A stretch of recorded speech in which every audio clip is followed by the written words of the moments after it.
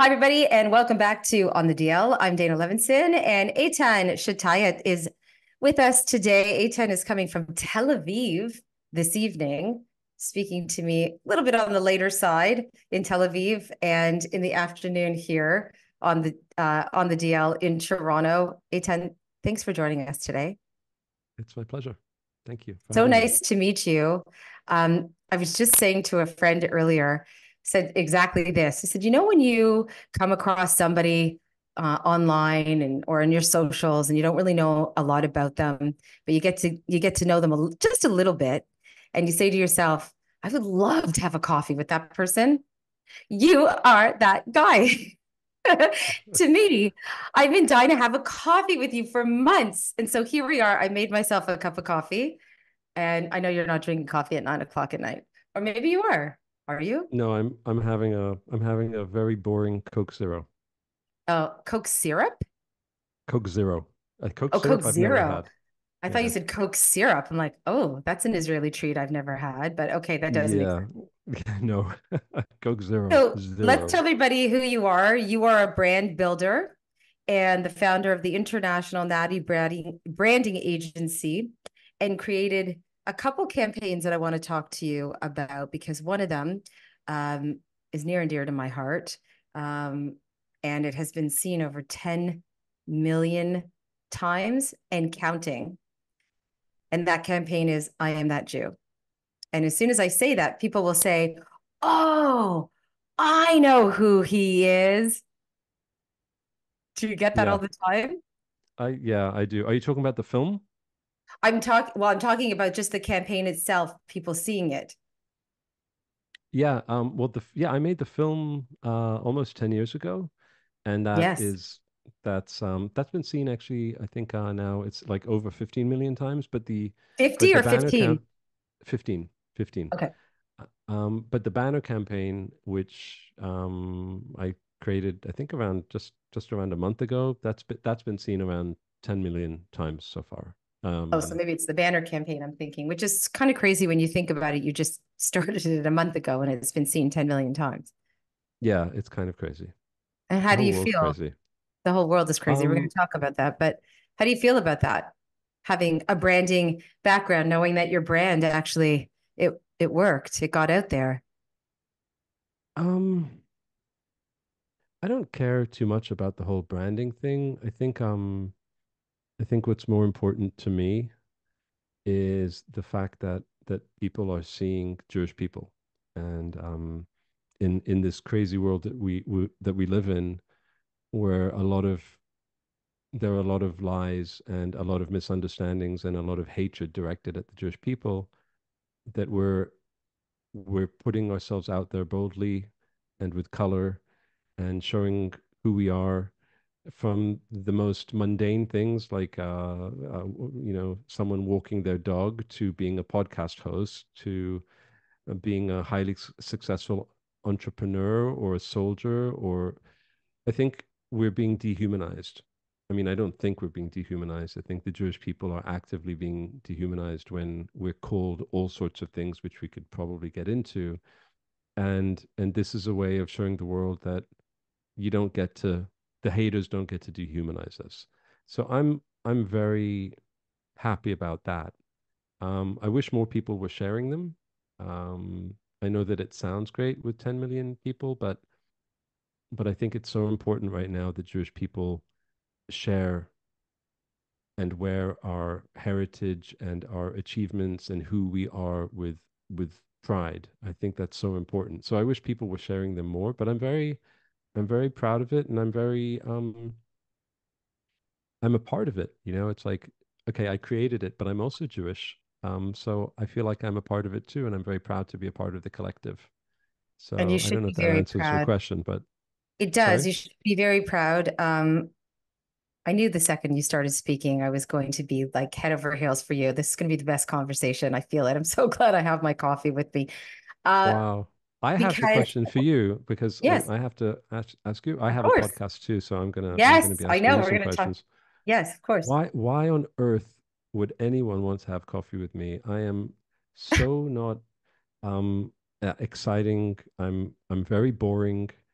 There's nothing remotely exciting about me, and I think that's a misconception about me. I'm really not that interesting, I don't think. Or maybe I'm interesting. I have an interesting background, but I'm making content, you know. Well, I can answer that in a second because I feel like the exciting part doesn't excite me. What interests me the most is, and especially now as a Jewish woman and living my Jewish life in this part of the world, I am intrigued and moved beyond emotion of the bold and intense pride that I feel through the screen, albeit small or little, of the people that have put themselves out there to try to change the narrative in which the world is living right now. And to me, there is nothing sexier. There is nothing speaks hot Jewish energy to me more than that. And when I say I wanted to have a coffee with you, it is because and I'll share this with you, I have been in the media, I've been in the public eye for 2 decades, and October 7th happens, and um, I felt scared and worried. And I know a lot of people know I'm Jewish, but a lot of people do not. And I I came across many people who were putting themselves out there. And it wasn't just your I am that Jew campaign. It was all the messaging that you were saying on your socials. And there was a couple of them. And I remember one of them, I was just bawling. It was about if you're a kid right now, how you feel. Dear Jewish children. Maybe I Yeah. don't remember exactly. And I thought to myself, you know, I have a big voice. I got a big voice. And at the end of the day, I am a Jewish woman. So I know how to use my voice. And I got to start using my voice. And you were one of the people that inspired me. You Wow. really did. Yeah, you did. And so Wow. when your name came across this, the 6 degrees of separation, and I was asked to meet you, which I'm going to be meeting you soon. I'm so excited, and to moderate an event that you're going to be at. I like lost it. I said, 100% I will do that. I said, I'm dying to meet him. And then I Wow. realized it is so easy to reach out to people and say, hey, I've got a show, or hey, I want to talk to you. And that is one of one of the things I try to get across to so many people, that if somebody is moving you or you feel inspired by their work, reach out to them. I bet you they'll respond. Every single person I've sent a message to has responded to me. Every single one, which is beautiful, Well, from like the government level down to everyday people. well, first of all, thank you. Really, You're I mean, welcome. it's deeply moving um when you said that, and thank you. Yeah, it's it. I think this is a time where, you know, the community is coming together, and people are speaking to each other more than ever before, and Mhm. are kind of like hanging on to each other for dear life. And Mm. unfortunately, but you know, everything has a silver lining, and one of them is the ability to meet new people, and to strengthen our community and the people who support us who might not be Jewish. And so it's a real privilege to know that the things that I'm feeling and expressing are resonating, and it's deeply moving. So thank you, really. You feel what I feel, which is um, I feel that people from every corner of the earth in our community have just solidified this idea that we really are a peoplehood, and we are there for each other, and we may be many, but we're mighty, and we feel a kinship to each other that is so beyond strong right now. It is so beyond what I have ever thought in my lifetime I would experience from literally every corner of this earth. That is the silver lining to a very painful, horrible, universal situation right now. Isn't it the But even strangest more so, thing? it is. Yeah, it is. It's the It's really strangest weird. thing that that we're bonding over. Tragedy. Well, I get the tragedy. It Mm, but it was almost 6 months ago, and look at yes. how intense it still is. Look at how intense it still is, and I think that not a lot of people know what that feels like. Um, because it's a people. It's not a. You know, you're in Canada. I'm in Israel, but I could have easily been in Cape Town, and you could have easily been in Paris. It's not about the country. It's about like you said, it's a people, and the Jewish people is one of the only peoples that it's not about faith. It's beyond faith. Hmm. I mean, so yeah, it's incredible. It's incredible to be experiencing this. I just wish it wasn't under these circumstances. I've been doing what I've been doing for around 15 years, Dana. Hmm. A lot of people don't know that, but I've been advocating online for around 15 years. Hmm. But not on Instagram and not on Twitter, mainly on Facebook. And I developed a little community there. But when this happened on October 7th, it just started coming out of Facebook, and all of a sudden I started making an impact outside of Facebook. Hmm. And it's really weird. It's really surreal. And it's not all good. I mean, as much as the community is united, there's also a lot of division, and I think that we should talk about it. There's Yes. a lot of, we're not united as Mhm. I wish that we were. And I think that that's actually one of the beautiful things about us, that we are, even though we are one, we are many, many, many different opinions, different perspectives, different approaches, different everything. It's amazing how I think about how much of the work that so many people are doing um, that is uniting us, but also still dividing us. And I think that's the biggest challenge that we have. How do we truly unite? How do we truly come together in a way that is not what's the word? In a word in a way that is real. It's not some projected image that we like to convey, but we're really truly together for the most part. And I don't think that we're there yet. I think we have a I long way to go. feel I agree with you, but I feel even with different political ideas, for sure, different ideologies and perspectives, for sure on that. Whatever your religion is, you're going to have division within religions and groups, and I get that, but I still feel that at the end of the day, okay, I'm going to give you an example. So here's an example for you. Uh, I don't. I guess I live in a predominantly Jewish neighborhood. Predominantly, I mean it's mixed, but I live very close to a main street in Toronto, where on Fridays you will see Hasidic Jews walking, um, and I have a dog and I walk a lot. And prior to October, I would just walk by and not even say, like, they don't even look at me. Like I'm not even considered Jewish to them. Like I would be so offended. Like I would just, whatever. We just live in the same neighborhood, whatever. Now it's good Shabbos, Shabbat Shalom, hello to the children. I stop, the kids pet my dog. I say hello to certain people I would have never said hello to. I'm not offended by them. They're not offended by me. There's something beautiful Yeah, about I that. agree. Yes, There's something absolutely. beautiful. And believe you me, we don't have the same political perspectives. We don't have the same religious lens either, but we stop now and we talk to each other. That's We right. Yeah, exchange, and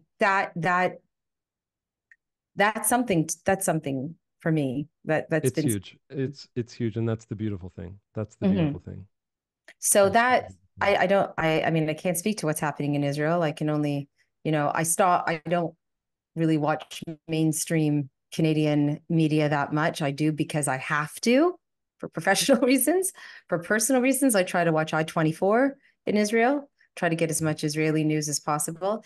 But I did see what was going on there this past weekend in Jerusalem, and it does break my heart. I have friends in Israel, and we talk, and they tell me what's happening, and I said, oh God, that's so bad. That's not the image we want in the world right now. We have enough problems. And one of my friends said to me, it doesn't matter what the image is. We don't give a shit about the image. You understand? You exactly. care about that stuff, not us. We have to do what we need to get done. Like, we've got a lot of work to do here. But oh my God. But he was right. Yeah. He Yeah, was we have a right. lot to do here. I think we do. We have a lot to do. Do you But feel that way there? Do you feel y- that there? yeah, yeah, I don't watch the news. I read the news a lot.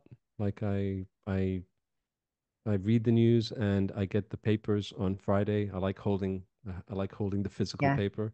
I think we're the same And it generation. Yeah, it's just like once a week to Uh-huh. get a paper and read it. Mhm. Um yeah, you feel it. I mean, you felt it before October the 7th, there's the division in the country, and you feel it now. You still feel it. It's there's the political, the left and the right. There's the religious and the secular.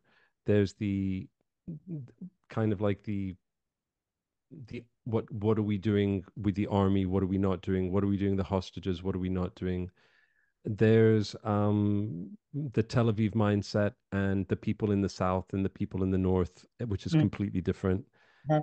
There's the very, very liberal approach to living a secular life here, and then there's the ultra orthodox, and then there's the many, many, many in betweens, and we all are surrounded by people who don't like us very much, and even within our country, we have our problems with our Israeli Arab citizens.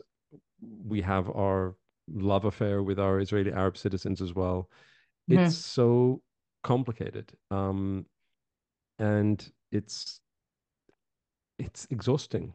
You just want to sometimes I just want to get up in the morning, have a cup of coffee, go to work, come back, watch a movie, go to sleep, And even in times of peace, you don't have this. Even like 3 years ago, there was a war here, and I was with my kids in the bomb shelters, and then a few years before that, and then a few years before that. So never a dull moment, very, very complicated. But somehow we just keep going. And I think it's going to be very, very hard for many, many years now. It's going to be Mhm. very, very hard. And because usually when there is I don't want to call it a skirmish. I don't want to call it a full-blown war because I'm not exactly sure what the correct term is, but let's say when there's a confrontation and it lasts for a month, like 3 years ago approximately, Mhm. then it lasts for a month and then you get some semblance of normalcy back. This one has lasted much longer, and the anti-Semitism around the world, that this is the big excuse for all the anti-Semitism coming out. That's a double whammy. And and that's hard. And it's affecting not only us, it's affecting you. I mean, the reason why I'm coming to Toronto is because I've heard how bad it is there. Really And I bad. don't know what it's really bad, right? And I don't really know what that's like, but I lived abroad for many years. I grew up in Hong Kong. I lived in London. I lived in Boston, in New York, and each for a significant chunk of time. And I faced anti-Semitism. Like I've faced it many times as a Jew living abroad, and it's very different. It's very different. It's very difficult, put it that way, for Israelis who have never experienced anti-Semitism. We have a different type of anti-Semitism because a lot of the conflict that we have here is fueled by anti-Semitism. It just is. Islamic radicalism and anti-Semitism on that level. But I want to come to Toronto because if I can help just strengthen, that's what I want to do. But the whole thing, here, there, everywhere, this is the fight, I think, of our times. And it's so fucking annoying, you It's know? it is fucking annoying. You know, my son goes to public school. He's not even in one of the Jewish high schools in Toronto. And this morning, the school gets locked down. Someone came to school with a knife and they didn't know if it was an anti-Semitic issue, if it was a pro-Palestinian or anti-Israel. They didn't know what it was.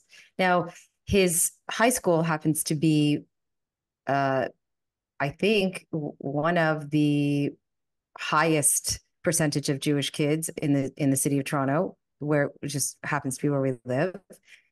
And he's like, he was like, fuck this, mom. Like, honestly. And he's 17. And I said, you don't have to go. Like, what are you going to do? Go stand outside and with all the cop cars? And so we just waited until it was cleared and all the kids got back into class and everything was fine. But like, it's so annoying. It's so annoying when you just have to constantly think of, like, look over your shoulder and start thinking about, am I safe walking around? Is somebody going to stop me? Is somebody going to stop my child? And I never thought in my lifetime that I would ever have these conversations. I thought these were conversations I had with grandparents who told us stories of their parents in Europe. All four of my grandparents were born in Canada. So Mm. their lens is very different to the Holocaust. And of course, we lost lots of family and all of it. But it it's a very it, we just never thought we would have these conversations in our lifetime. But now It, that we are having them, I believe that it is our moral human duty, not just as a Jewish human, as a human, we can't allow for this kind of hate to perpetuate and to continue. When you talk about anti-Semitism in Israel, your anti-Semitism in Israel is far different than what we have in North America. Yours is you are surrounded by our most historic enemies. Nobody is more of an enemy than those that surround Israel. And they don't just want to, perform anti-Semitic terrorist attacks. They want to chop off your head and they want to rape your daughter and kill your firstborn. I mean, and that's historically, and we've seen that. We just saw it. well, the extreme, Here, we're not seeing that yet. well, the extremists, yes, the extremists amongst them, they do, yes. Yes, the extremists, but I'm saying the enemies, right? So here we haven't seen that yet. God forbid, God forbid, we start to see that kind of violence here. But people keep saying it's coming. Yeah. Use your voice. Don't shut up. Keep talking. Keep fighting anti-Semitism. Don't allow this to happen. That's all people keep saying to me.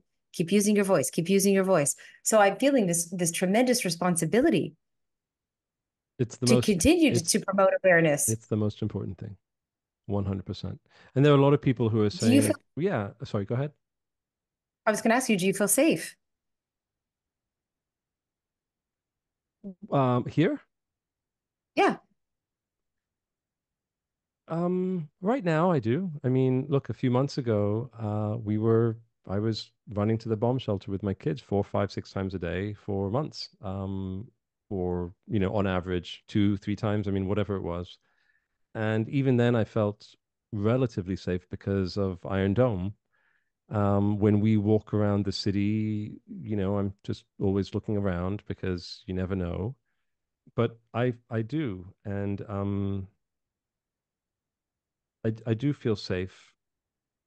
But an hour and a half north, or 2 hours north, in what Hezbollah is doing on the northern border, people don't know that there are so many people who have been displaced and are not living on the northern border because of all the attacks happening there. And let's forget about what happened on October the 7th. And then there's the West Bank. I mean, I was on the weekend at a friend's house, not too far from Jerusalem, surrounded by 5 Arab villages. And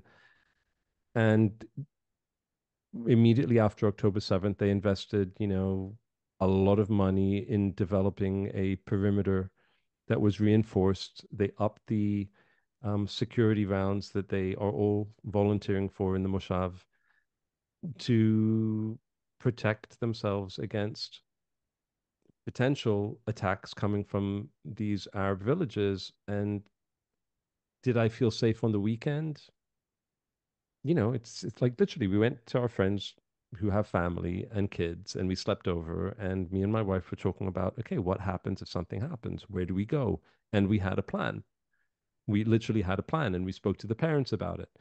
So, yeah, I feel safe, but October 7th shook us here in Israel because we always felt that we were, that the army is protecting us, but there was such a catastrophic failure on the side of the government, on the side of the intelligence, on the side of the military, everywhere. We were all caught with our pants down.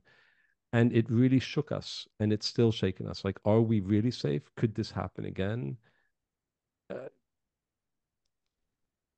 yeah, I'd say in my daily life I feel safe, but I'd be lying to you if I said that we felt completely safe right now. We don't, and we know what's coming. We know what's coming with Hezbollah. We know that the next war, it's not an if, it will happen, is not Hamas rockets and Iron Dome. It's Hezbollah with Iranian supplied missiles that can take down buildings, they have precision technology. They can target hospitals, they can target uh, electricity stations, they can target schools, they can target whatever they want. And Why don't you think they've done yeah. that already? What's your opinion? Oh, look, I'm no expert, but No, I just, as an Israeli citizen, I'm interested to know what your opinion is, why they haven't started that. I mean, we see the missiles every day from Hezbollah, but why aren't they becoming more aggressive? I think there are a couple of reasons. One is on the world stage, what will happen? They started attacking us after October 7th. There was nothing going on between us and the North, so they started attacking Mhm. us. Um, so there's the international repercussions, there's the Israeli retaliation, and then there's, at least in Lebanon, the Lebanese people, the internal issues that they will have. But it's not really, it's Iran. It's Iran. And I think Yes. that we've all taken our eye off the ball because they're still going for a nuclear weapon. Mhm. And I don't know why they haven't. They have 200,000, I believe, missiles aimed at us. It's going to happen. Something's going to happen. It's a matter of time. And I think that personally, as awful as it gets, um, I think that we do need to do something. I do. I No. mean, I hate to say it, but I think that we do. uh, so many people have gone to Israel over the last few months. They've gone on missions, they've gone to visit family, or they're from Israel, they want to go back. And every time I hear of somebody going, I get this like feeling in my heart, like I just it's like this gnawing, it's this pain. I want to be there so badly. It's been far too long since I've been there. I feel like a lifetime has passed me. But I will tell you, when I was there, I lived on Sde Boker in the Negev. So obviously, Sde Hmm. Boker, beautiful Sde Boker. And so when I would leave on the weekends and whatever, we would go to Tel Aviv and Beersheba is the bus station. That was my bus station. It was Beersheba. So a few days ago, and I have been playing with this idea of going back to Israel in May, talking about it, looking at different opportunities and trying to figure it out. And of course, I will go to my kibbutz and see my kibbutz family and spend time there and probably be in Beersheba, maybe even be at that bus station. And the other day, I see the terrorist attack, the stabbing in Beersheba, and I am beside myself. I'm beside myself. And I thought, I can't do this. I'm Beside myself so, with fear. yes, I'm Mm. so beside myself. I'm so weak. I was so mad at myself for feeling so weak. I'm like, I No, you. cannot. Okay, this is what I'm telling you. I'm telling you, maybe it's not rational, but I'm telling you, this is. So I asked you if you feel safe. And most people have come back from Israel and said, I feel safer in Israel than I do anywhere in North America right now. And I used to always say that when I would come back from Israel. It's so safe. I feel so safe there. And yet I'm having these irrational moments where I say, I can't go, I can't even get on the plane. Yeah, it's I still feel safe here. I Of do. I course. mean, Yeah. when I get on the bus, I feel safe, but I'm looking around. You know, Mm. we're always looking. There's always if someone wants to hurt you, they can. They'll wait for the right moment and they'll hurt you. And then, there are people all around. You see that these people, when they do such things, someone with an M16 or a Galil is going to take you down. Um, that those, with guns. We have guns. We have people who are armed in the streets. And but yeah, it might happen to you. There might be a suicide bomber. There might be a knifing attack. There might be two or three people that get together and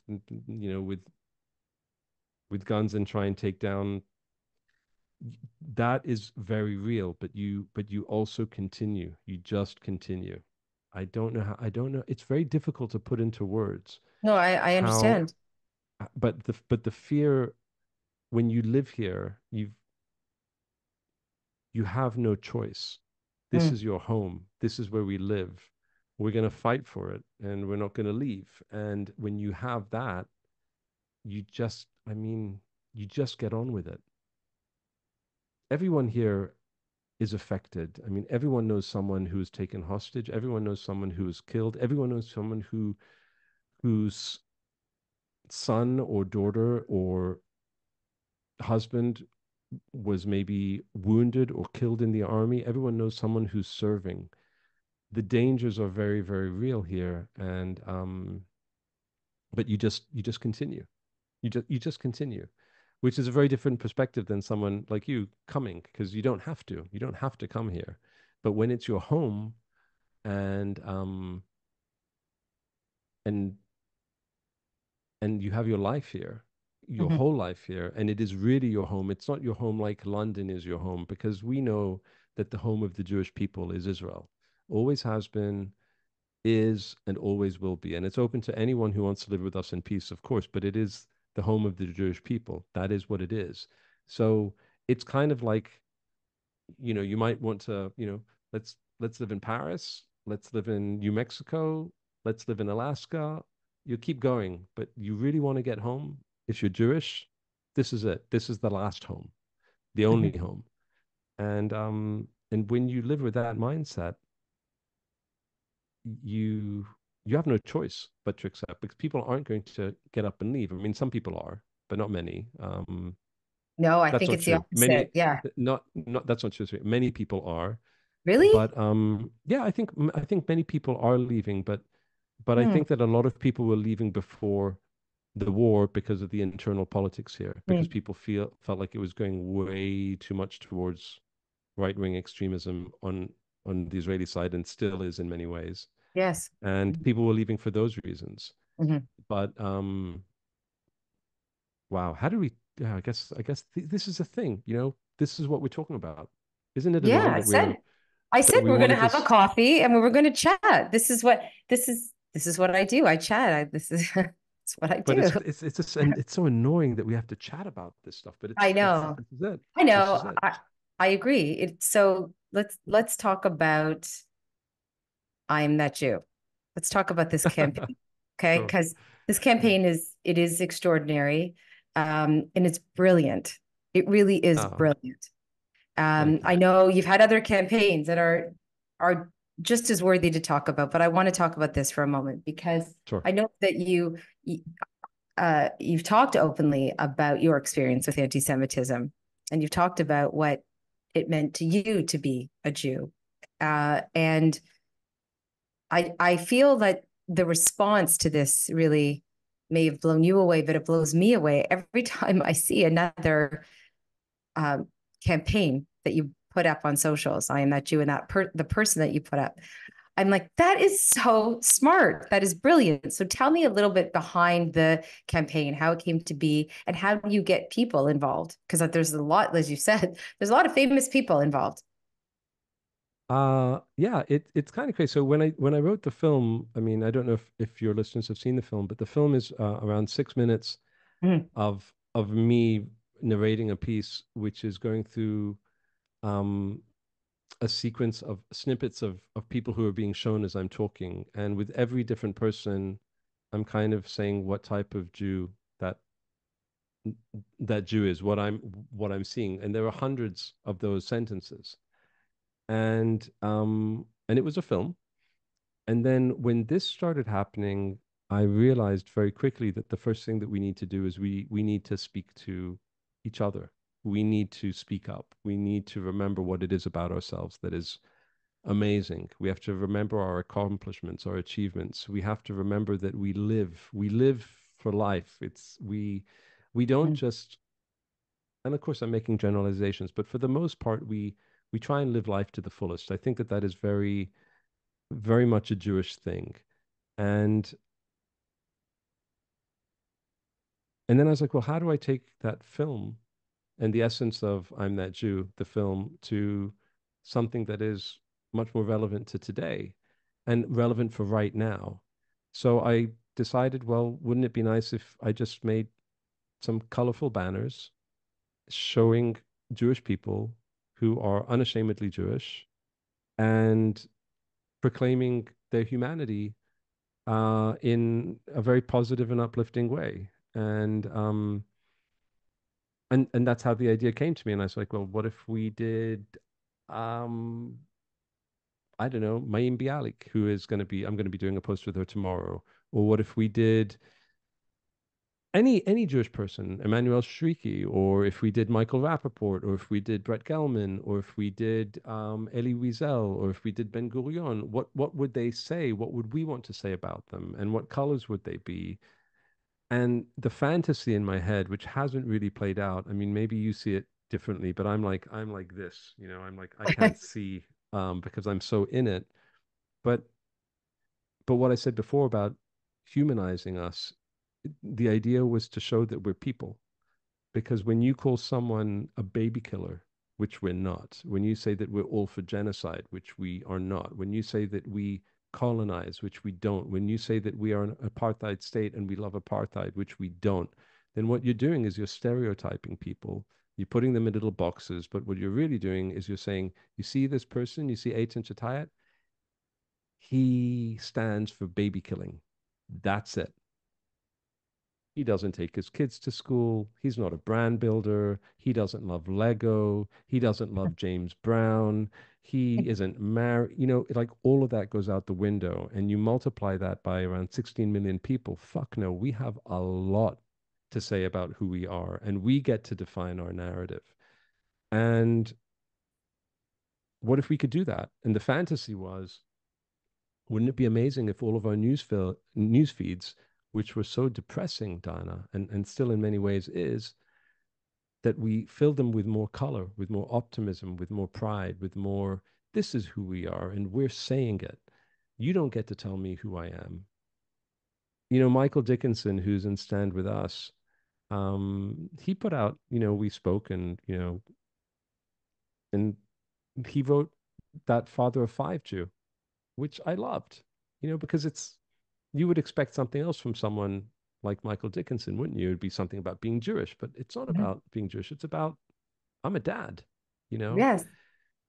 And so I really wanted lots of people to share that. And for the most part, people are seeing it. But imagine if everyone shared them. And it's not sharing it for me, it's sharing the collective that the Jewish people were sharing and celebrating all the other Jewish people. That's what I wanted. And and that's how it came to me. And then we, in terms of the process, it's very difficult because you have to write them, you have to find the pictures, you have to design them, then you have to animate them, and then you Takes have time. to find, and then you have to find the people and say, hey, I'm doing this. Would you like to collaborate? Would you like to share it with me? And there are hundreds of them, and it's a lot of work. And I worked with an amazing guy called Ido Mahat who did all the banner animations, and he's got his own studio called Buzz Brothers here in Israel, and he really helped with his team.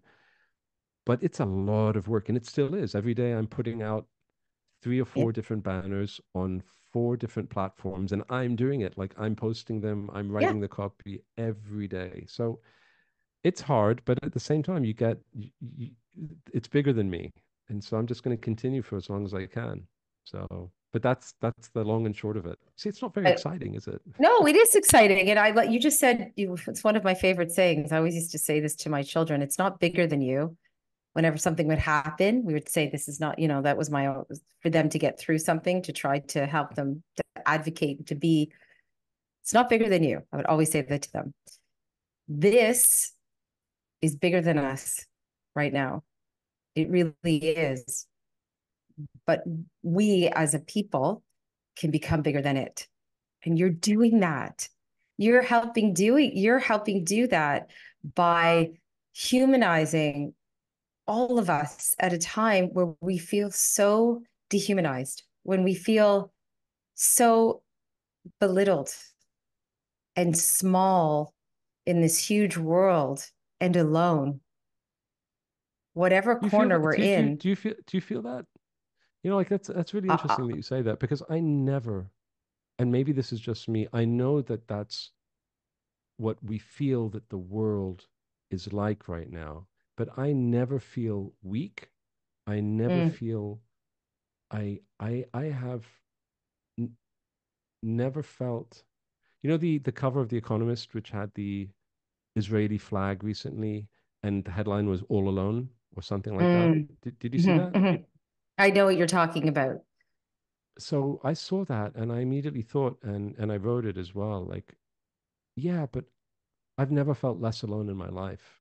It's I've beautiful. never felt more strength in my conviction that everyone else is wrong in my life. No, I feel And that. and that gives me great strength. And I think that's what's happening with the Jewish people for the most part is like we know deep, deep down inside when we go to bed at night and we close our eyes that the world is wrong right now. And Yes. that's why we're going to get through it. So yeah, But that's just ton, the world interesting. has been wrong before. The world has been wrong before, and the outcome is disastrous when it comes to the I, Jewish people. yeah, I So think that's so. that's the part where we're feeling, you know, I don't live in a Jewish country. Canada is not, Canada's Canada. It's multicultural. It's actually we live in the most multicultural city in the world, in Toronto. But we have felt very pushed aside by our government. We feel very unprotected. And when I say we feel alone, what I say the collective we, together we feel stronger, but we feel alone in the world, that we have been sort of pushed into this corner, as you said, as colonizers, as baby killers, as it's like, wait, you all have it wrong. That's not us. That's our history. That's what they've done to us forever and ever and ever. That's not who we are. No one is understanding, and no one is getting this right. But when you open up your phone or your computer in the morning and you see a campaign like yours, it does, like you said, the colors and the words, what you have written, it makes me feel better. I know it makes people feel better. It does. Oh, well, I'm so glad to hear it. I mean, I it wonder just, though, I wonder what has it been like, um, you asking people to be involved? Have you had anybody, like, any pushback? People saying, no, I'm not interested, or I don't want to be yeah, involved in there's been this? plenty of that, Oh, plenty of really? shitty people. Oh yeah, Oh, plenty of really? shitty people. Oh yeah, Shitty yeah, Jews? plenty. Yeah, shitty people. Honestly, Hmm. there's like I'm not gonna shit Yeah. on anyone here. No, no, no. I don't want you to tell me. I'm just saying I'm not Yeah, interested in that. No, I'm not like that. I don't care about that. I just wanted to know if there's there's people a that lot have of there's it's overwhelmingly positive. It's overwhelmingly wonderful, but good. there is a percentage of people who are uh uh how do I say this, Dana? Now is not the time for vanity. Now is not the time for narcissism. Mm, Um, and right. and and now is the time to. It's not about you. It is about you. It's you. It's your banner. It's your line and everything. But you have a role to play here, which is your banner is going to make other people feel better. And the thing that's been, and I'm starting to get vocal about it because I'm a little pissed off, is why why are you only sharing yours? Why are you not sharing hers? Why are you not Right. sharing his? Right. Why will you not collaborate with that person because you have 50,000 followers and they have 1,000 followers? It's disgusting. I'm seeing a lot of that.